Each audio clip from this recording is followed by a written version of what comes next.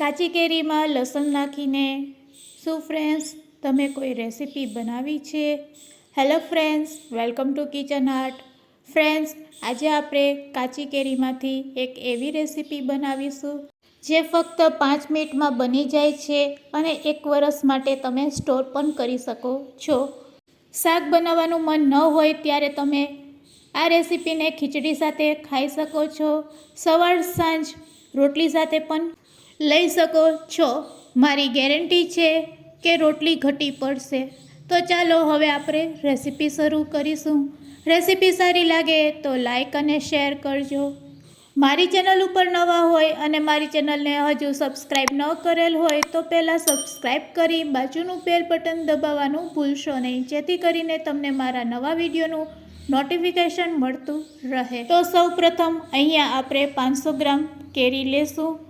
કેરી ખાટી ન હોય તેવી પસંદ કરવાની. તો મેં અહીંયા કેસર કેરીનો ઉપયોગ કરેલ છે. તમે તોતા કેરી પણ લઈ શકો છો. તો હવે તેની આપણે છાલ દૂર કરી લેશું. ફ્રેન્ડ્સ, જ્યારે પણ બજારમાંથી કેરી લાવો ત્યારે પહેલાં તેને સારી રીતે ધોઈ લેવાની અને ધોયા પછી જ આપણે તેનો ઉપયોગ કરશું. તો અહીંયા આપણે 500 ગ્રામ જેટલી કેરી લીધેલી છે કેસર. તો અહીંયા મેં કેરીને સારી રીતે ધોઈ લીધી છે અને કોરી કરી લીધી છે. હવે આ કેરીની છાલને આપણે પહેલાં પિલરની મદદથી અથવા તો ચાકુની મદદથી આ રીતે આપણે તેની છાલને દૂર કરી લેશું. છાલ દૂર કર્યા પછી તો ફ્રેન્ડ્સ, હવે તમે જોઈ શકો છો આપણે બધી કેરીમાંથી છાલને દૂર કરી લીધી છે. હવે તેના આપણે નાના ટુકડા કરવાના છે.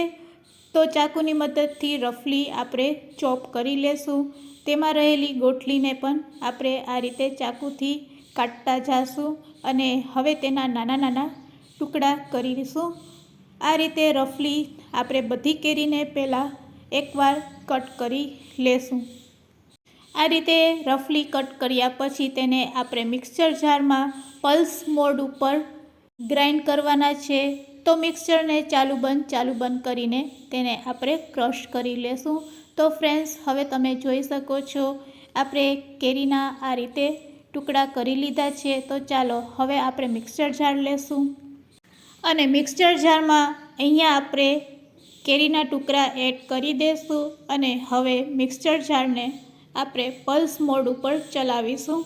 પલ્સ મોડ ઉપર ચલાવશું એટલે આ રીતે આપણી કાચી કેરી છે તે ક્રશ થઈ જશે.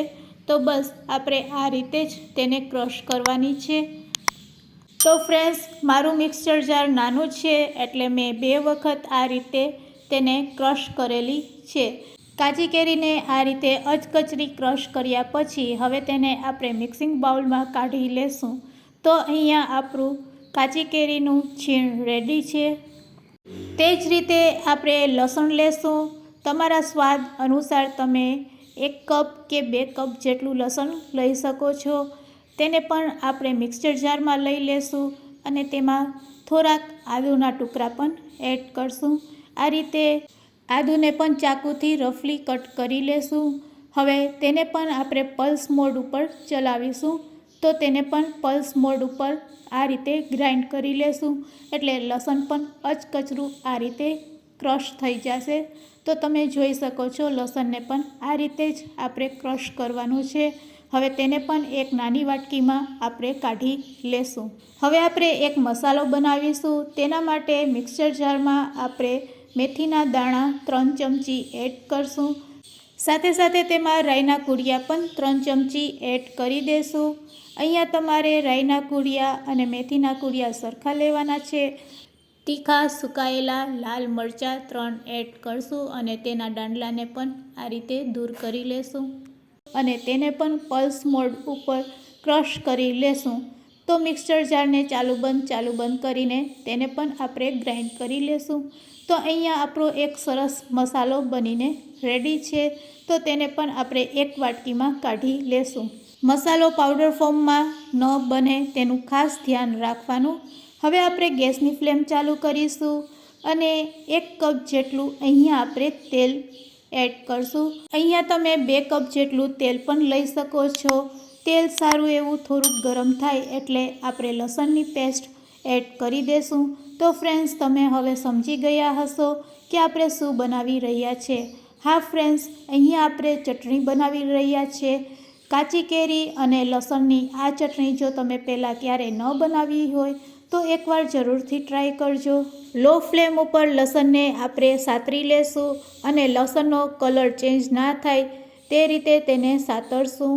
બસ લસણની સ્મેલ આવે એટલે તરત જ તેમાં આપણે ક્રશ કરેલી કાચી કેરીના છૂંદાને એડ કરી દઈશું અને એડ કર્યા પછી તેને સારી રીતે મિક્સ કરી લેશું. તો આ રીતે આપણે લો ફ્લેમ ઉપર જ આ ચટણી બનાવવાના છે. અને ફ્રેન્ડ્સ, આ રીતે બનાવેલી ચટણીને તમે 1 વર્ષ માટે સ્ટોર પણ કરી શકો છો. રેફ્રિજરેટરમાં તમે 1 વર્ષ માટે સ્ટોર કરી શકો છો અને બહાર 1 મહિના માટે પણ બિલકુલ બગડતી નથી.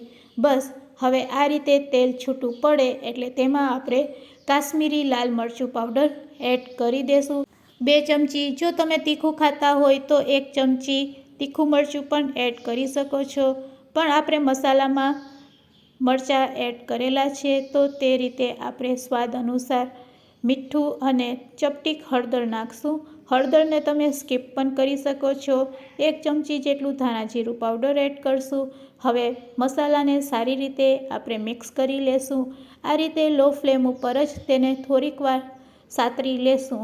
તો 2 મિનિટમાં જ તીખી અને ચટપટી ચટણી બનીને રેડી થઈ જશે. તો હવે તમે જોઈ શકો છો ચટણીમાંથી તેલ છૂટું પડવા લાગ્યું છે.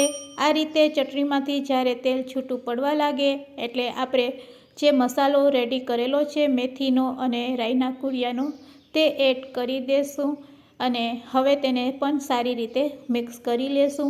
આ રીતે એકવાર મિક્સ કર્યા પછી થોડીક વાર જ આપણે તેને ગેસ ઉપર પકાવીશું અને પછી તરત જ ગેસ બંધ કરી દેશું. તો હવે તેલ છૂટું પડવા લાગ્યું છે એટલે આપણે ગેસની ફ્લેમ બંધ કરી દેશું અને રેડી કરેલી આ ચટણીને એકદમ ઠંડી થવા રહેવા દેશું. ચટણી એકદમ ઠંડી થાય પછી જ આપણે તેને કાચની બરણીમાં ભરશું. આ ચટણીને તમારે 1 વર્ષ માટે સ્ટોર કરવું હોય તો અહીંયા આપણે 1 કપ તેલ લીધું છે તેની જગ્યાએ તમારે 2 કપ જેટલું તેલ લેવાનું, જેથી કરીને તેલ છે તે પ્રિઝર્વેટિવનું કામ કરશે અને ચટણીને તમે કાચની બરણીમાં ભરી દેશો અને પછી તેને ફ્રીજમાં સ્ટોર કરશો તો તે 1 વર્ષ માટે પણ બિલકુલ બગડશે નહીં.